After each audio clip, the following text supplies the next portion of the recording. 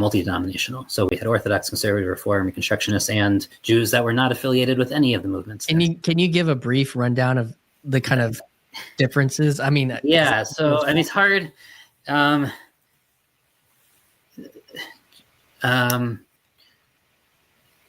It would basically be the equivalent of going to a Christian school where it's still Christian, but like there are people from all denominations there, including like Catholics and Eastern Orthodox, right? Like something that really would span the board. Now we don't have that many denominations, so like it's a lot different in Judaism in some sense, and like our denominations don't kill each other or don't have a history of doing so. So it's like a little different. Like we can have a school in one. Generally, like Philly is a decent sized community, but like outside of the really big Jewish communities of LA, New York, Chicago, and Miami, a lot of the smaller communities like don't have enough people to like really support Jewish day schools like that are like single denominations in full. Now Philly does now have a Orthodox high school. Sorry, I shouldn't say this. I should qualify this. Because you wanted me to talk about the denominations for a second. For a long time, I think the best way to think about how Judaism sort of looked like was the way somewhat Eastern Orthodoxy looks like, where there is, you're kind of just defined by your region, right? So like, if you're a Jew from Eastern Europe, you're an Ashkenazi Jew, or Central and Eastern Europe. If you were from the Mediterranean, you were Sephardi, the Mediterranean basin, basically. If you were from North Africa, deeper in than just like the coast, you were Maghrebi, and then Mizrahi were sort of everyone who are like in the Levant and into Iraq and Persia and even into China and India.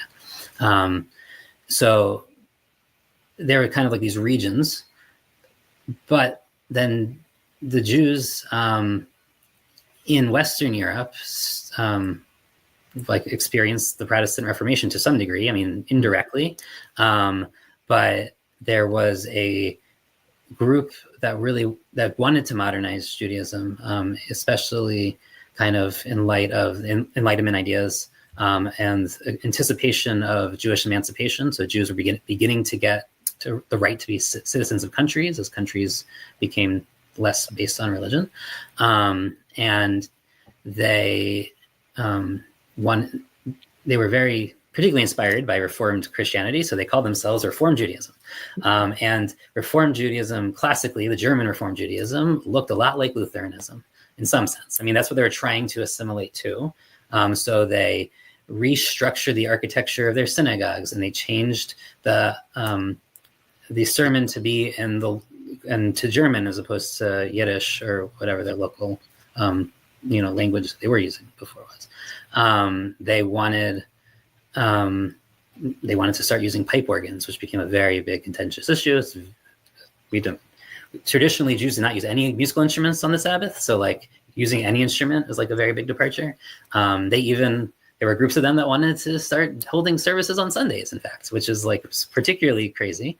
But they were like, if you're going to be modern and fit to the modern work week, and you have to remember this is before the weekend was invented, the day off that everyone had was Sunday. So like there was both economic, but also social pressure to really and so this was a very assimilationist movement to some degree, from my perspective, right? They also felt that a lot of this stuff, and this is very TLC related, so we should talk about it for a second. They were like, hey, we have all this symbolism, all these myths, all the stuff that Joe talks about. But we know really why this stuff is there. We understand, like, there's logic to this. We've created a system that like basically not just systematizes this, but like says like we can extract the abstract principles from all of this stuff, and we don't really need this primitive like myth anymore. We don't really need all of ththey know what the commandments are trying to instill in us. So they had this very kind of leap in their own, they had a high faith in their own ability to understand, and a very high opinion of what the mind could do, not necessarily embodied stuff, right? But just we can just think about these things and do them in the abstract, and like just teach our kids these principles. Yeah, and hold on to them. Yes, and and in doing so, they started saying we don't need this commandment, that commandment. They wanted to only keep commandments that were sort of aligned with not just Christianity, but specifically like Enlightenment, like the secularized liberal, like not liberal yet, but secularized Christian kind of post-Christian values as they were seeing them, right? In the 1800s. This, of course, then generated like backlash, right? So there were people within the Reform movement who were saying, you guys are going too far. And they broke off and called themselves the conservative movement, even though they're not as conservative in the sense of conserving or preserving as Orthodox Judaism. They were like, you can't go that far. So they kind of backtracked. Or not backtracked, but they were like, here and no further, maybe is a better way to say it. What is that? Those modernizing or reformational Jews, what are they known as today? So Reform Judaism still exists. Okay. Now there are different versions of it. There's a more classical reform, which did not, for instance, they were like, Germany is our country. We no longer will mention the temple or Israel in our prayers, right? Like they really would not have been, forget like political Zionism. They wouldn't have been like Zionists even like in the most cultural like sense in their day. Modern reform is Zionist. So like that was a major shift for them. Modern reform also like uses a lot more Hebrew than classical reform. Classical reform wanted to basically get rid of as much Hebrew as possible. So there was a number of shifts since then where reform, I think, has become less extreme, but there are still some holdouts, and there's some weird corner cases actually still in Europe, amazingly, of like in Hungary. They're still like, I can't remember what they're called. They don't call themselves Reform there, but they're kind of these neoliberal, I think maybe it's the term they use, Jews there. But then you have. So I wasn't. My parents were. Your parents were. I know your parents were. I guess you were raised that way. So I wasn't. I was actually raised Orthodox. Okay. Yeah. So I will. Yeah. So I won't go into all the other denominations. But I should at least define a little bit of Orthodoxy, probably, which is useful. So even before conservatives started, once Reform started, and Reform really like made itself a denomination. Right? It had a platform. It had like a group of rabbis formally got together and signed a document, right? Like, not exactly a confession, but like Judaism does not have those things traditionally. Like we have nothing like what a Christian denomination has, especially Protestant Christian denominations. Reform imported this model. The first reaction before even the conservative movement broke off was that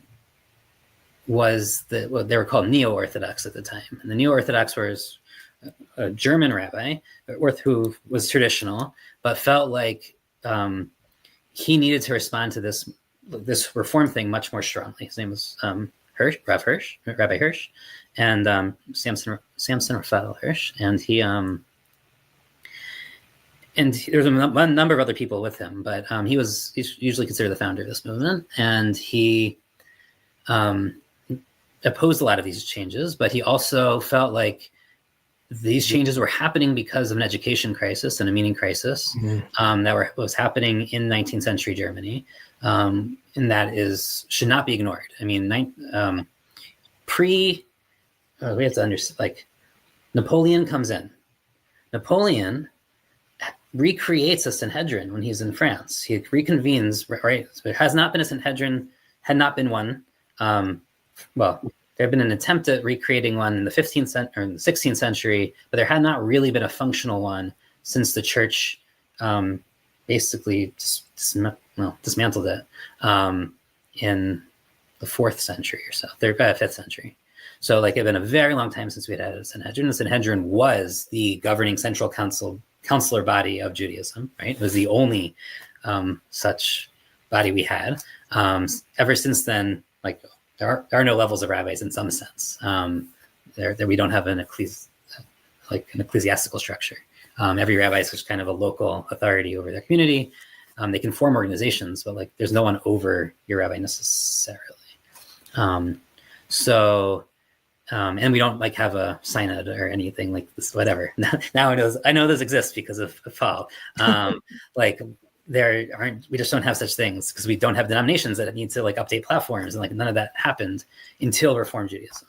When Neo-Orthodoxy responded, they didn't necessarily create like a full-on denomination, but they created a much more articulated position that had to address modernity. It couldn't just ignore it anymore. And it specifically was very focused on education and on what he was viewing as an assimilation crisis, because even though Napoleon created the Sanhedrin, his goal was that Jews would be French citizens.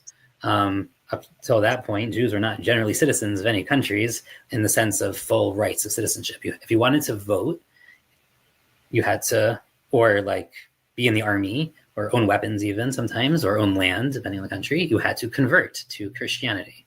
Right? That was it. Jews were kind of in their own autonomous structured bubbles. And every country was a little bit different on how they managed those bubbles. And the Protestant countries, that was changing much more rapidly in some ways. I mean, Jews in England and in the Netherlands, at least, maybe not Germany, but the Netherlands really were seeing like some gains. But yeah, there's generally the move was toward assimilation, and that was and the rabbis were aware that that would mean that more like Jews could much more easily leave Judaism, and that could be like a real problem because Christianity incentivized many ways basically to leave Judaism, because if you wanted to be citizenship, the business connections, the social networks, like anything, right. Unless you happen to be a very particular unless you happen to be in the very particular niche of a court Jew, which was this kind of pre-existing position of a very, very few Jews had in the early modern period, where they sort of were the go-betweens between the Jewish community and the state, but they could also they could wield some power, but they were always like at the discretion. It wasn't a feudal system, but it was sort of, right? It was patronage essentially. So like you wanted to, so often, for instance, in Poland, there are lots of Jews in the Polish-Lithuanian Commonwealth, for instance. The Polish were very, very welcoming of Jews when they were trying to create their country in the 16th century, 15th, 16th century. It was also like, it was they voted. I mean, it wasn't everyone. The aristocracy of Poland voted for their king, right? Like it was actually some sort of weird democracy of some sort. It had a constitution. And they invited lots of Jews to come especially after the Jews got kicked out of Spain by the Catholics, and all the territories that were held by the Catholic monarchs of Spain. So yeah, lots of Jews went there, and like Jews generally could not do some things, but they were given more rights there than other countries already, and that included especially being able to have liquor licenses, and that meant that Jews basically ran all of the inns in Poland for a very long time. And so if you see like Polish literature, 16th, 17th, 18th, 19th century, the Jew owns the tavern or the inn, like almost always. That meant we had a weird place there that was very different than other parts of Europe, right? So as opposed to thinking about the Jew as the money lender, Jew as like the tax farmer, like there are other models, but there, in part because of wealth was kind of ingrained in the way you preserved grain was in alcohol, and Jews had extensive ability to create trade networks across large regions. Like in some ways, alcohol was a natural kind of fit for us there in that region. That worked out well until there were like temperance movements to some degree, right? Like, and then they're like, oh, the Jews are evil because like they get everyone to drink. Now, luckily, Eastern Europe usually isn't a big place for temperance, but there were certainly sometimes tensions around this. And so, sorry, I speak in footnotes, as someone told me at South Estuary. What's that? Speak in footnotes? Is that what you said? I speak in footnotes. We keep going down these like rabbit holes. Like, yes, on page 65. Yeah, but the real point of this was just he, in response to the dismissal of symbolism by the Reform movement, Samson Raphael Hirsch basically puts out a new commentary in German on the 5 books of the Torah that is a symbolic commentary. And he specifically, even though it's somewhat influenced by Kabbalah, he specifically doesn't want it to be mystical because he doesn't want to start like getting into those issues of like, there are, especially from the people who are deep in the disenchantment enlightenment movement, like the thing they're going to distrust most is kind of esoteric mysticism. So he doesn't necessarily want to go there, but he does want to give like strong symbolic explanations of the text, pedagogic explanations of the text. In many ways, like he is doing, like I see him as a very kind of an early iteration of Jordan Peterson in some sense, right? Like, and he's to some degree even influenced by psychology because the Hasidic movement is very psychologizing, and he's getting some of his symbolism through that. Yeah, in my conversation with Hezi, like his dad was a psychologist. Yes. And that was kind of like the deep connection to Peterson in a certain way, you know, and so obviously you have the traditions in America with Freud, and then there's Jung, and there's these, and then, so like you said, this is kind of a proto-Petersonian experience within Judaism in a way. Yeah, so Judaism made a psychological turn around the 1780s or so. And what's really interesting is that Jung, late in his life, discovers Hasidic writings from a century and a half earlier and says, "Whoa, like they were on like especially the book of Tanya, like he was like, this is what I'm trying to talk about."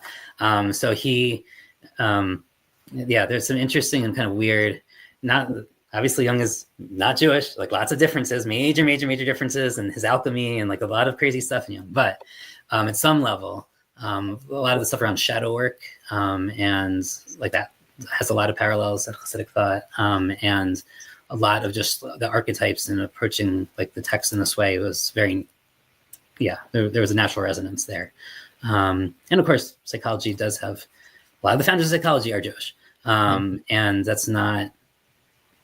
Why is a good question, and there's a good video that actually came out recently on a different channel on like some theories as to why this is, but probably not because of Hasidism, because the people who went into psychology who are Jewish were not religious, so they were certainly not getting it through that path.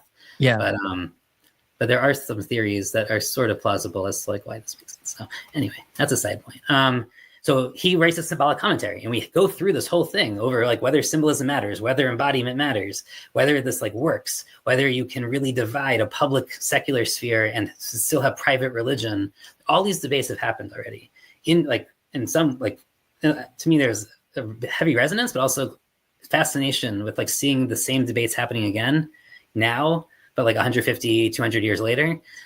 In our own culture and society, within Christianity mostly to some degree. So I'm not seeing these debates really re-happening in Judaism. Like we've seen these debates and we're sort of past them on a new iteration to some degree. Not that we aren't also like dealing with all the other things happening in the culture right now, but like you're not seeing a big re-enchantment in Judaism at the moment because that's already sort of happened. Yeah, in fact, we already have been through 2 waves of re-enchantment, I would say. We might be in a third one right now to some degree in Orthodox Judaism, weirdly enough. There's like the neo-Hasidic movement in Orthodox Judaism, which is confusing because there are parts of Orthodox Judaism that became very rational. Maimonides was, even though he's 12th century, he was heavily rationalist, or at least the way that he was often read. Not everyone read him this way. A lot of people read him very rationalist, very much in the vein of Aquinas, Aristotelianism, not Platonic. Or there are new readings of him that are more Neoplatonic, or like try to see more of a balance there. But there were Jews who basically who maintained their orthodoxy, but still were able to be heavily rationalists because they saw Maimonides as their role model, right? And that's how they confronted modernity, saying like, he clearly was right, and like we're just going to get full on behind him. And they tended to be very hardline against the mystic, esoteric, like Kabbalah traditions, and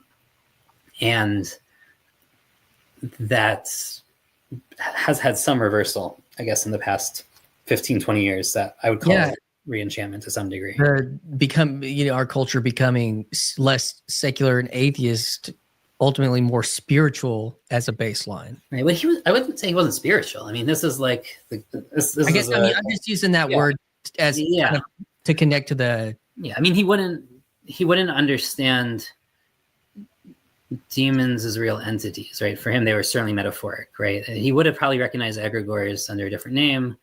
Angels for him were the spheres, right? Like, so there weren't beings they weren't personages. Yes. So fine, but at the same time, like, Judaism is not going to have, like, there's no fairy world. Like, even the equivalent of George MacDonald in Judaism, there is one, Rav Nachman of Breslov, who lived at the same time, but in Ukraine. Like, he's writing fantasy that is like heavily symbolic. He's a Hasidic rabbi, but telling fantasy stories, and like, there are not monsters and fairies in them, right? They're going to be kings and princes and talking animals and like those things, but like, we don't have that level of I don't know what to call that. I don't know if we call that enchantment, or you just want to call that like a very specific brand within kind of the fantasy realm. Yeah. So it's funny because, Jews in China and India didn't experience anti-Semitism, and Jews, right? Like, Jews who worked with Buddhists on the Silk Road, like, generally did a lot better. And even Jews in a lot of the Muslim world did better than in Christian Europe. Christian Europe usually was the worst place to be a Jew. Not always, not every part of history. Some Muslim dynasties were worse. Generally, though, and we can call this, like this, what's that phrase? The tragedy of small differences. There's a word here. Tyranny. Like, small differences. What? Yeah, tyranny of small differences. There you go. Tyranny of small differences. Maybe to some degree it's that.